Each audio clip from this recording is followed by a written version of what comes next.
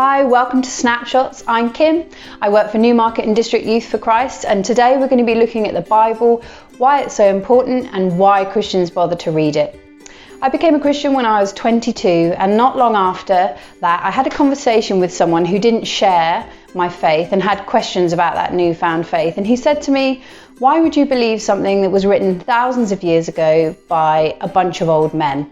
And I think that's probably something that many people have asked, and perhaps you might have even asked yourself. And so I think within that question, there's really two questions about the Bible, and it's, is it reliable and is it relevant?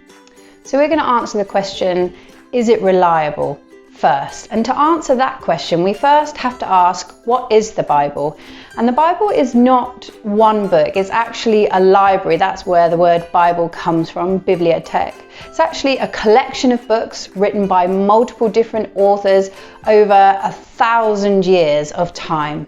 So it's not just one book, and it actually has many different genres in it, just the same as if you went to a library today, you could check out different kinds of books. Within the Bible, there are poetry books, there are history books, there are books that contain wise sayings, there are books that contain prophecy, things that God has said will come to pass, and there are even songs. So there are many different types of writing in the Bible. So we can split this collection of books into two main parts, the Old Testament and the New Testament. The Old Testament, as its name suggests, contains some of the oldest books in the Bible and begins with the book of Genesis, which tells the story of God's creation of mankind and of his desire to have a friendship with his creation. But it also describes how that friendship was broken through man's choice not to be with God, really not to do the things that God asked him to do. And the rest of the Old Testament is a story of God's pursuit of friendship with people. And actually what he says in the Old Testament is that he wants to have a friendship with all people in the world. And the way he's going to do that was through one particular man, and that man would come from the Jewish nation. He chose the Jewish people to reflect to the whole world the type of God he was and how loving he was and how he wanted to show his love towards other people. So the Old Testament, as it progresses to its close, the last book written, continues to point to someone to come, a man to come who would basically bring in this plan of salvation and friendship. Like God was wanting friendship with his people. So the Old Testament is pointing to something to come, and actually that person we don't see in the Old Testament. We never see this person who is going to come that will enable all men everywhere to have friendship with God. Now the New Testament is the story of that man sent by God to win friendship on behalf of all people for God. And his name was Jesus of Nazareth. And the first 4 books in the New Testament are the Gospels, and they tell the story of Jesus' life, his death, and his resurrection. And then the rest of the New Testament are letters written by those very first believers. We call them disciples or apostles, written to encourage and instruct and explain the way that God feels about people to new believers. So those are the two parts of the Bible that we have. Now the question, is it reliable, is really important for Christians, because what the Bible says is that in order to have friendship with God, we need to have faith in this man, Jesus Christ of Nazareth, who died but was raised again by God and is now in heaven, waiting until he can come back and redeem all those who believe in him.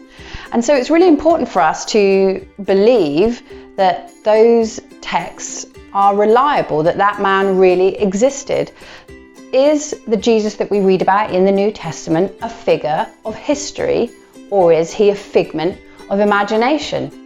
Now, the way we would answer that is we would look at manuscript evidence. And when you're at school and you read your history textbooks and you read about things that have happened, whether it's 50 years ago, 100 years ago, or 1,000 years ago, those texts, those history books are written from sources. And those are documents, original documents, written as close to those events, either from eyewitnesses or historians of that time that describe what happened.